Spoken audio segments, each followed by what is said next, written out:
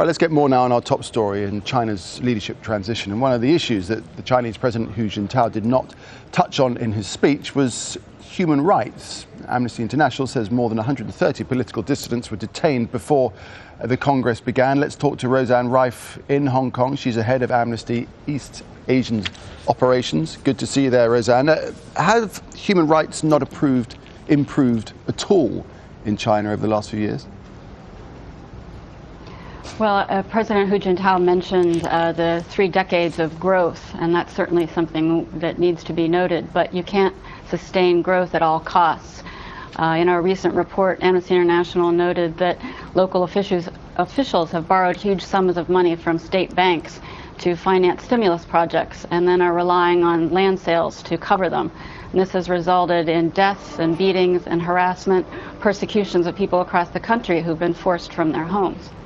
So the view is that economic reform and progress is paramount, and the pain of the minority who may get in the way of that progress is irrelevant. I think that the authorities have noted that there are issues they want to address. For instance, they said forced evictions is a problem.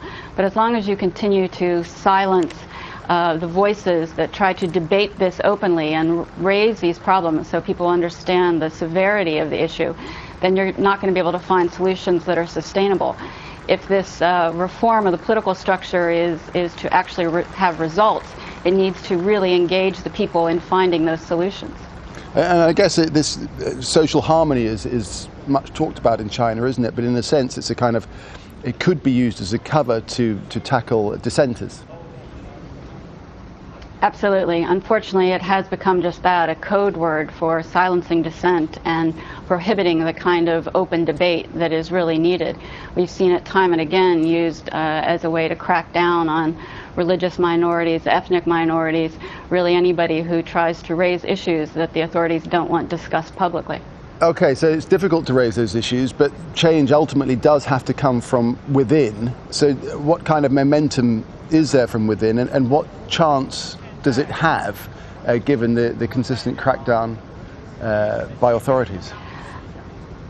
I think we absolutely have seen a growing momentum. There's a growing body of activists and people in China who are discussing this, for instance, frequently on the internet. So there is activism happening, and people are talking about things.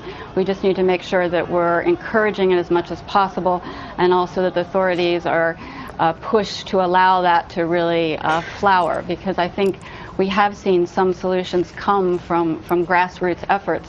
They just need to be expanded upon. Roseann, good to talk to you, good to get your perspective. Thanks very much indeed for that. That's Roseann Rife from Amnesty International.